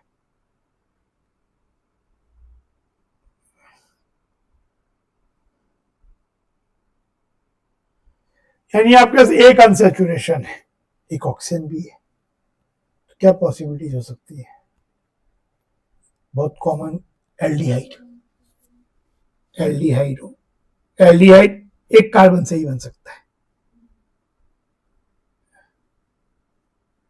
कीटोन्स पर कीटोन होने के लिए 3 कार्बन चाहिए पड़ेंगे मिनिमम।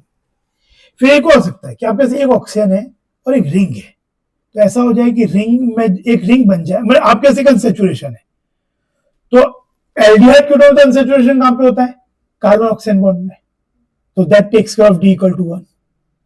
लेकिन मान लो ऐसा हो जाए कि ऑक्सीजन तो सिंगल बॉन्ड से जुड़ा हुआ होता है अल्कोहल और में, तो ऐसा हो जाए कि एक रिंग बन जाए कहीं पे और OH ग्रुप हो जाए, साइक्लो एल्केनॉल्स। पर इसमें मिनिमम कार्बन 3 होने पड़ेंगे, 3 कार्बन का रिंग बन पाए और फिर OH ग्रुप जुड़ सके, और उसमें भी D=1 टेक केयर हो जाएगा रिंग के थ्रू। और एक हो सकता है साइक्लिक ईथर,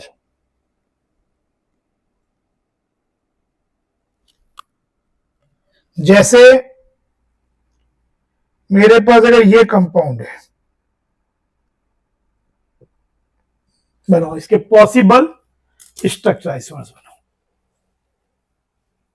फिर एक और भी पॉसिबिलिटी है, इनॉल, in plus all. In plus all का मतलब कि डबल बॉन्ड हो जाए, C डबल बॉन्ड C और OH ग्रुप हो जाए। और एक पॉसिबल भी है एल्कोक्सी एल्कीन, अगर नंबर ऑफ कार्बन परमिट करते हैं तो एल्कोक्सी एल्कीन, OR ग्रुप हो जाए, O वहां जाए और ये कहीं डबल बॉन्ड हो जाए, अगर number of carbon atoms permit करें। तो देखो इसके हिसाब से आप कितने पॉसिबल स्ट्रक्चर बना सकते, सोचो। C3H6 हो गया,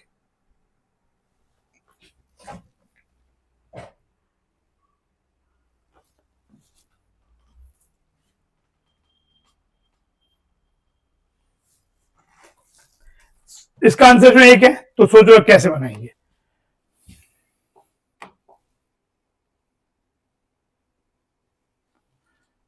सबसे पहले एल्डिहाइड वाला बनाते हैं, CH3 CH2 CH, ठीक है, ये एल्डिहाइड हो गया।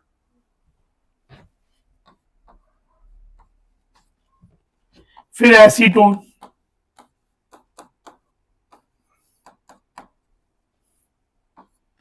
कीटोन हो गया।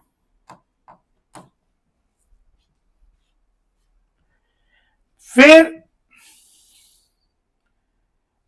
हमें होता है कि जैसे ऐसा हो जाए, ये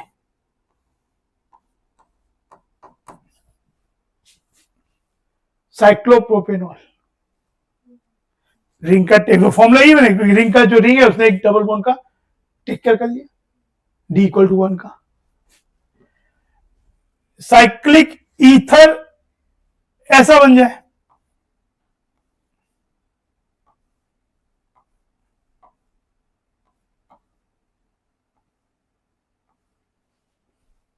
ये दोनों ही सेटिस्फाई करेंगे, क्योंकि O होने से 2 कार्बन और O भी मिलकर रिंग बना सकते हैं।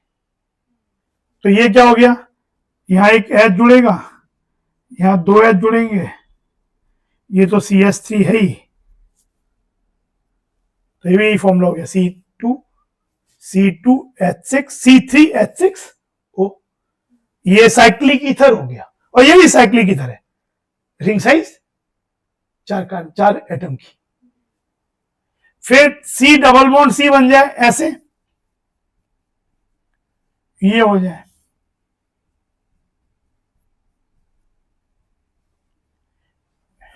नाम क्या हो गया इसका, prop 2 in 1 all, prop 2 in 1 all.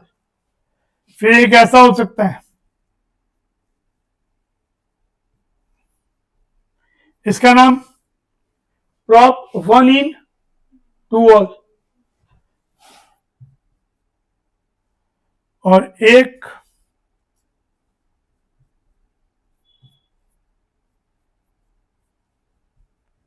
Prop 1 in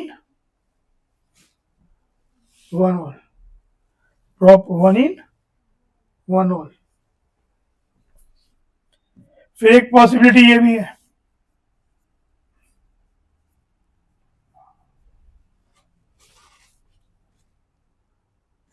methoxy ethene, methoxy ethene.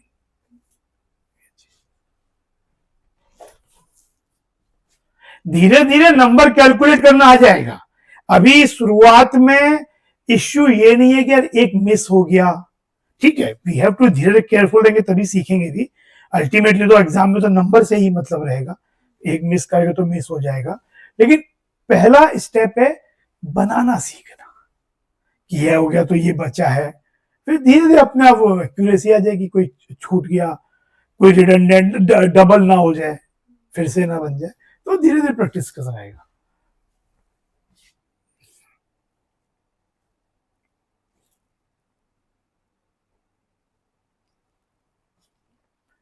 देखा तो इसमें और कोई पॉसिबिलिटी नहीं है। तो ये आपका कितने हो गए, 9 बन गए क्या, 1 2 3 4 5 6 7 8 9।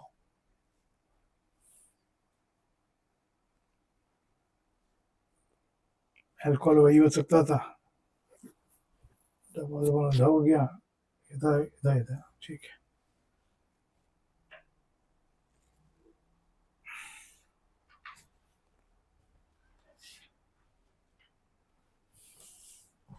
फिर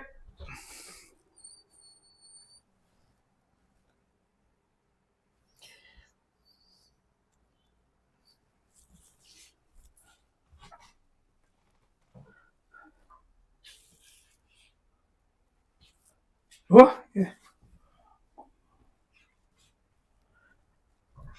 ऐसा हो जाए CN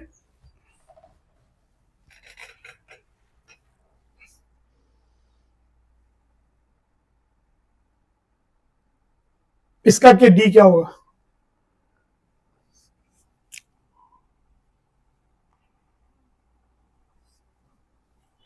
1।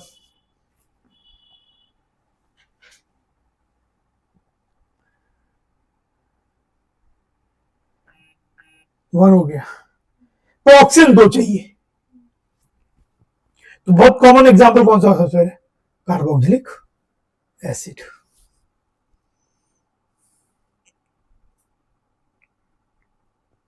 एस्टर्स।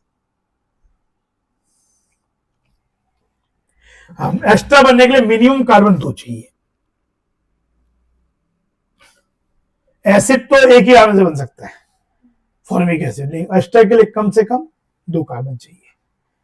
तो 2 कार्बन से होते ही, जैसे ये बताया था मैंने, CH3 COOH एसिडिक एसिड और H मिथाइल फॉर्मेट, ये आपस में फंक्शनल आइसोमर्स। चीजें और भी पॉसिबल है। ऐसा हो सकता है कहीं पे कीटोन, ऐसा ग्रुप हो जाए कीटोन या एल्डिहाइड या कीटोन वाला, और कहीं पे OH हो जाए किसी कार्बन पे, तो आपका क्या हुआ, एक अनसैचुरेशन इससे आ गया, यहां से नहीं ऑक्सीजन, लेकिन 2 आ गए। ऐसे कंपाउंड बोलते हैं hydroxy carbonyl class of compound. Hydroxy carbon, hydroxy group भी है और कार्बोनाइल ग्रुप भी होती है, तो पॉसिबिलिटी ऐसे बढ़ती जाएंगी वो ऐसा। लेकिन तो इस तरह से भी हम, मतलब एक जो यहाँ पे एक तो फंक्शनल इसमें बताना एम था, एक एम था कि फॉर्मूले से डी निकालना, मतलब इसके मतलब एप्लीकेशन आगे भी, मतलब ऐसा नहीं कि this is the only thing जिससे बहुत कुछ हो जाएगा, लेकिन इवन जब हम बाद में काफी जब रिएक्शन को पढ़ने के बाद कंपाउंड का फॉर्मूला दिया है, कंपाउंड का स्ट्रक्चर आइडेंटिफाई करना है, तो एक बहुत ही सटल मैनर में ये जो डिग्री ऑफ अनसैचुरेशन है, ये भी हमको काफी इंफॉर्मेशन प्रोवाइड करता है इन सटल वे, कि जैसे हमें जैसे मिला कि D2 है, पर जो रिएक्शन से लग रहा है कि D2 है, पर यह डबल बॉन्ड तो नहीं लग रहा, डबल बॉन्ड की रिएक्शन नहीं दे रहा ना, ट्रिपल बॉन्ड, ट्रिपल बॉन्ड की दे रहा है, तो बात खत्म हो गई, एक ट्रिपल बॉन्ड है, डबल बॉन्ड की रिएक्शन नहीं दे रहा, तो यानी अनसैचुरेशन तो है, लेकिन तो रिंग होना चाहिए। तो आपको along with the reaction knowledge, ये भी एक वे में आपको, जब प्लस आप जब स्ट्रक्चर बना रहे हो, तो जैसे बार बार हम लोग काउंट करते हैं, कार्बन इतना हो गया, 4 हाइड्रोजन लगा दिए, बाबा ये करने की जरूरत नहीं है। जैसे अब मेरे पास कोई कंपाउंड है कार्बन हाइड्रोजन का, उसमें 2 अनसैचुरेशन है, तो अगर मैंने कार्बन कार्बन एक ट्रिपल बॉन्ड बना दिया और बाकी जगह बनाया, तो ये श्योर है कि बाकी जगह H लगाने से फॉर्मूला बन जाएगा, बार बार जोड़ के चेक करने की जरूरत नहीं है। जैसे अगर मेरे पास मान लो कि 3 अनसैचुरेशन है, मैंने एक डबल बना दिया और एक रिंग बना दी, यानी मेरा काम खत्म नहीं हुआ, मुझे या तो एक डबल बॉन्ड कहीं बनाना पड़ेगा या रिंग बनानी पड़ेगी, अदरवाइज मेरा फॉर्मूला मैच नहीं करेगा। तो इस तरीके से हमको आइडियाज भी संग में आ जाएंगे। क्वेश्चन ऐसे भी आएंगे, जैसे क्वेश्चन आपको दे दिया जाए, मान लो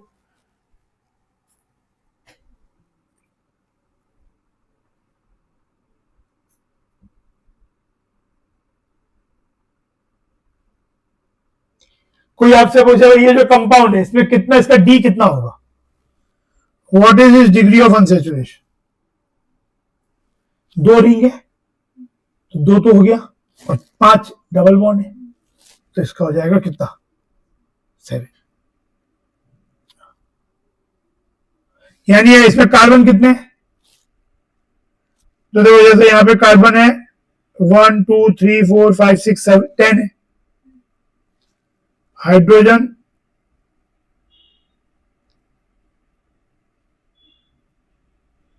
यहां लगने की गुंजाइश है तो उसका 4 कंप्लीट हो चुका है, तो ये कितना हो गया 8, 2 इंटू 10 प्लस 2 क्या है 22 माइनस 8 14 है ना।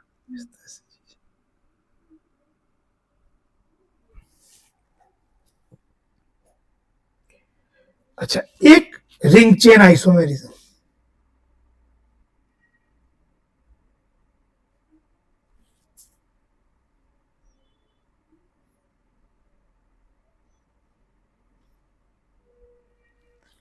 Ring chain isomerism, ring chain isomerism में क्या है, ये दो तरीके मिल सकता है, एक तो कंपाउंड में एक कंपाउंड साइक्लिक हो रिंग हो और एक कंपाउंड स्ट्रेट हो ओपन हो, जैसे एल्कीन और साइक्लो एल्कीन रिंग चेन है, बट वैसा ring chain isomer can be example of functional as well, क्योंकि एल्कीन था और साइक्लो एल्कीन था, और एक है दोनों ही कंपाउंड में रिंग हो पर रिंग की साइज अलग हो, जैसे cyclobutane,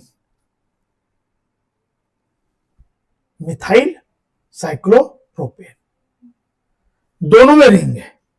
now this is not a case of function isomer, कि फंक्शन दोनों का ही साइक्लोएल्केन ही है, पर ये क्या हो गया उस रिंग के कंपाउंड में चेन आइसोमरिज्म, रिंग के कंपाउंड में चेन आइसोमर, तो रिंग चेन आइसोमरिज्म ये हो गया। और एक कंपाउंड ही साइक्लिक और एक नॉन साइक्लिक हो, वो फंक्शनल भी है और संग में रिंग चेन भी है, पर ये केवल रिंग चेन है, फंक्शनल नहीं है, क्योंकि फंक्शन तो दोनों का सेम ही है। तो ये रिंग चेन आइसोमरिज्म।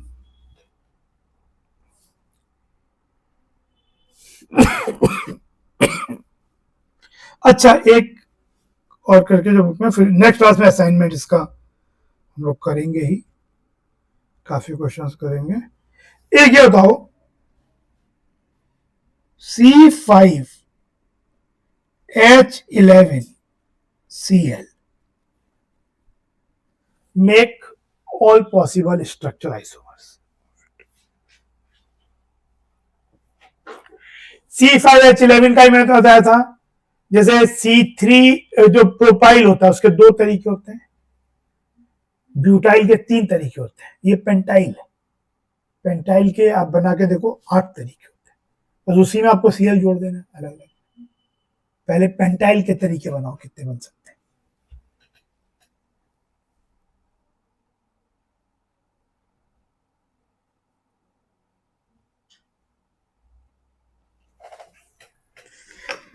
पेंटाइल में देखो CS3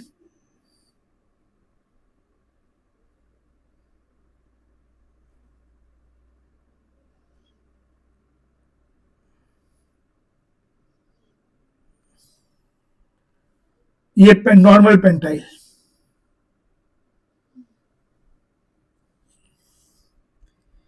फिर CS3 CH CS3, this is called isopentyl, पर ये है 1 डिग्री, क्योंकि ये जिस कार्बन से जो हमने फ्री छोड़ा है दैट इज 1 डिग्री, ये भी 1 डिग्री, प्राइमरी है 1 डिग्री।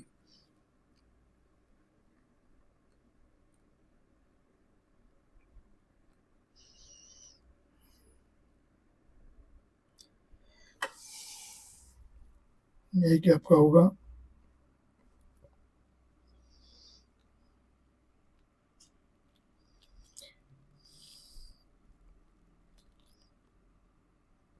इसको नाम ऐसे दे सकते हैं, पर ये भी आइसोप्रोपाइल नहीं है, लेकिन ये भी 1 डिग्री वाला है। CH3 इधर आगे एक होता है नियोपेंटाइल, नियोपेंटाइल ये ग्रुप होता है, नहीं सेकेंड वाला है आइसो के लिए ये CH3 CH CH3, that's why ये वाला नोमेनक्लेचर बहुत आगे चल नहीं सकता, क्योंकि हर को देने के लिए ऐसा नाम कॉमन नेम नहीं है। पर ये 1 डिग्री है और ये इनसे अलग है, ये नियोपेंटाइल कहलाता है, ये भी 1 डिग्री है। 1 डिग्री के 4 होते हैं। अब यहीं पे Cl Cl जोड़ते जाओ,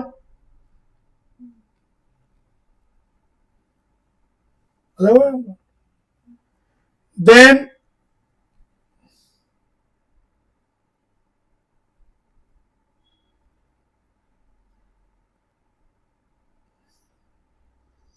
ये 2 डिग्री एक सेकेंडरी आ गया, एक सेकेंडरी ये इस वाले कार्बन पे हो जाए, ये भी 2 डिग्री है ना, इससे अलग है, इससे अलग है, ये दोनों अलग है। फिर एक हो जाए CH3 CH CH3, जो प्रोपाइल था ना ये कुछ अलग तरीके का हो जाए, आइसोप्रोपाइल इसके और ये चीज, तो ये भी कुछ अलग हो गया, ये 2 डिग्री है लेकिन ये इससे अलग है। और एक होता है 3 डिग्री का,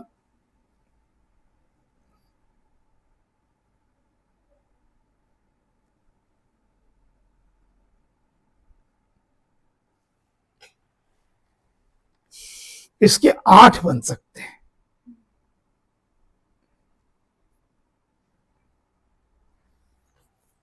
पूरे कंपाउंड भी इसके स्ट्रक्चर आइसोमर्स 8 हो सकते हैं। अब इसी कुछ कंपाउंड में आगे जब हम पढ़ेंगे तो स्टीरियो, अभी क्वेश्चन जो अभी हम जो भी बात कर रहे हैं सब स्ट्रक्चर के इसमें बात कर रहे हैं, इन्हीं किसी स्ट्रक्चर में कहीं कहीं कभी का गुंजाइश होगी स्टीरियो आइसोमरिज्म की भी। तो बाद में जब एग्जाम में फाइनली कुछ देर जब हम स्टीरियो पढ़ेंगे और कोई आपसे पूछेगा C5H11 Cl के आइसोमर्स कितने हैं, तो उसका आंसर वहां पे 8 नहीं होगा, क्योंकि वहां पे हम उनके स्टीरियो आइसोमर, इनमें कुछ ऐसे स्ट्रक्चर भी हैं जिनके स्पेस अरेंजमेंट एक साथ हो सकते हैं, तो उनके कॉरस्पॉन्डिंग स्टीरियो भी काउंट करना पड़ेगा। अभी उसका टेंशन मत लो, पर मैं बता रहा हूं कि दिमाग में वो अभी हम स्ट्रक्चरल काउंट कर रहे हैं, इसलिए ये नंबर है। पर क्वेश्चन जैसे हो जाएगा find the number of isomers, तो वो स्ट्रक्चर की बात भी कर रहा है, स्टीरियो की बात भी कर रहा है। अच्छा, ऐसा नहीं कि स्ट्रक्चर स्टीरियो सिंपली हमेशा सिंपल ऐड हो जाते हैं, कि जब कोई स्टीरियो आइसोमर बनेगा तो कुछ स्ट्रक्चर के रेस्पेक्ट में ही बनेगा। जैसे मान लो 2 स्ट्रक्चर में नहीं है और एक तीसरे में 2 स्टीरियो आइसोमर है, तो आपका वैल्यू टोटल हो जाएगा 4, एक एक इस स्ट्रक्चर में ये वाला स्टीरियो, ये वाला स्टीरियो। पर अभी हम स्टीरियो की बात नहीं कर रहे हैं। फिर कभी कभी जब नंबर बहुत बढ़ेंगे, नेक्स्ट क्लास में हम कुछ ऐसे क्वेश्चन करेंगे, साइक्लिक स्ट्रक्चर आइसोमर यानी रिंग होना जरूरी है, नॉन साइक्लिक स्ट्रक्चर आइसोमर यानी रिंग वालों को छोड़ो। जैसे मान लो कि आपसे कोई बोले, एक क्वेश्चन और करता है फिर अगले क्लास के लिए,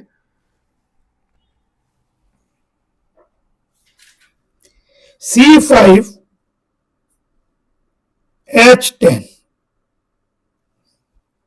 find its structural isomers। Number of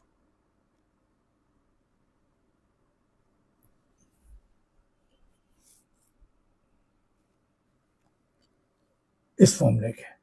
तो पहले मुझे बताओ इसमें कितना अनसैचुरेशन है। 1 है। 2 × 5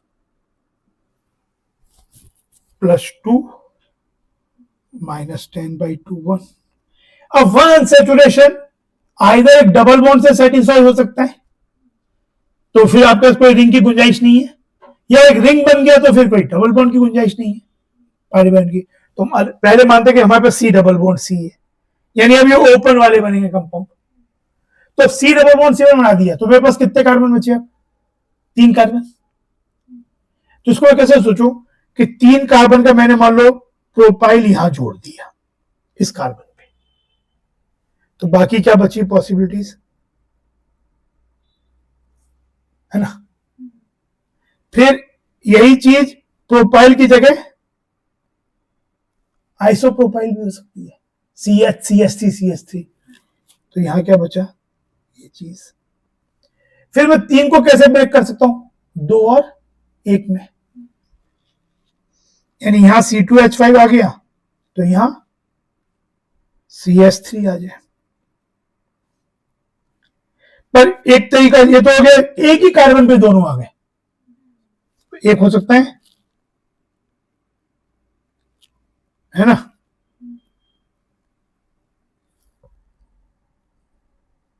और एक 3 कार्बन को कैसे ब्रेक किया, एक एक एक। तो एक एक एक में तो किसी एक पे तो 2 आने ही पड़ेंगे, और एक पे ही आ गया। टेट्रावैलेंसी का ध्यान रखना है कार्बन की।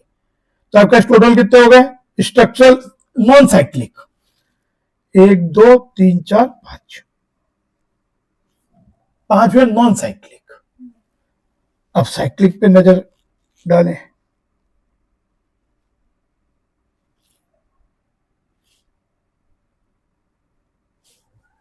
साइक्लिक डालेंगे तो क्या होगा, एक साइक्लोपेंटेन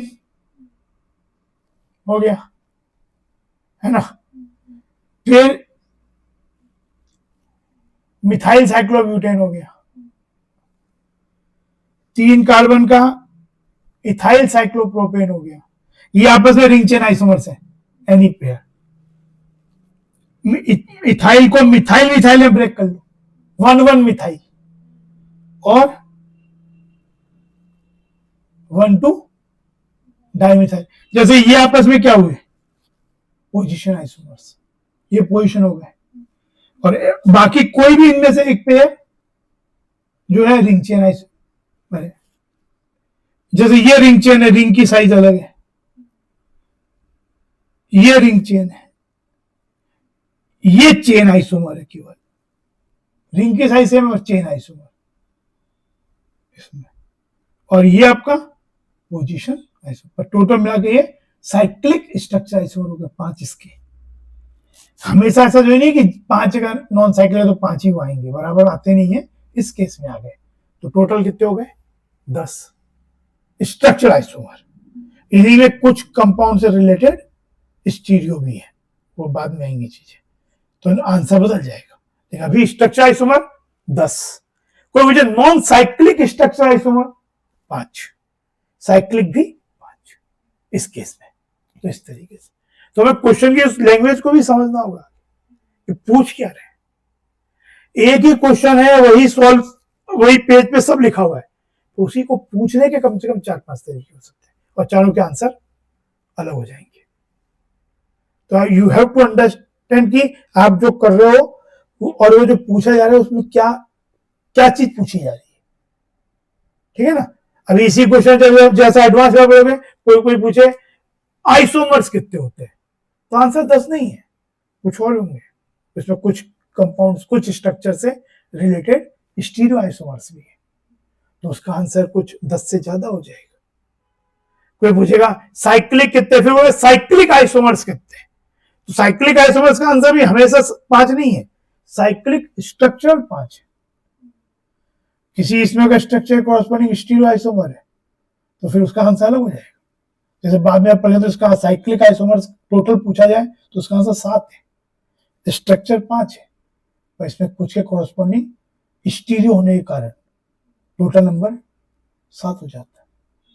तो इस तरीके से हमारे क्वेश्चंस को तो धीरे धीरे आएगा चीजें, लेकिन अभी हमारा पहला एम तो ये होना चाहिए जैसे कि एक बार स्ट्रक्चर बनाना आ जाए, मिस हो जाए शुरुआत में, मतलब डरो मत उससे।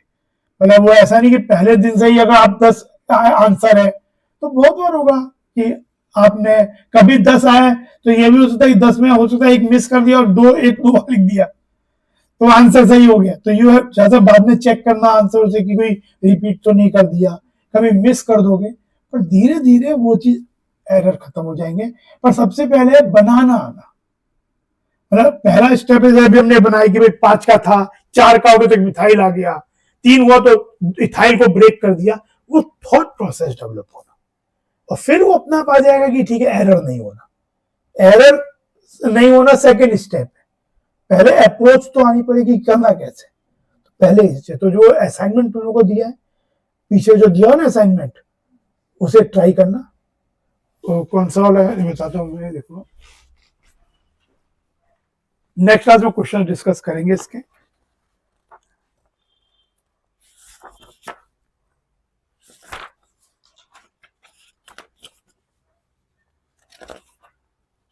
सीआरपी वाला ये जो डीपीपी है ना, इसके क्वेश्चन करना।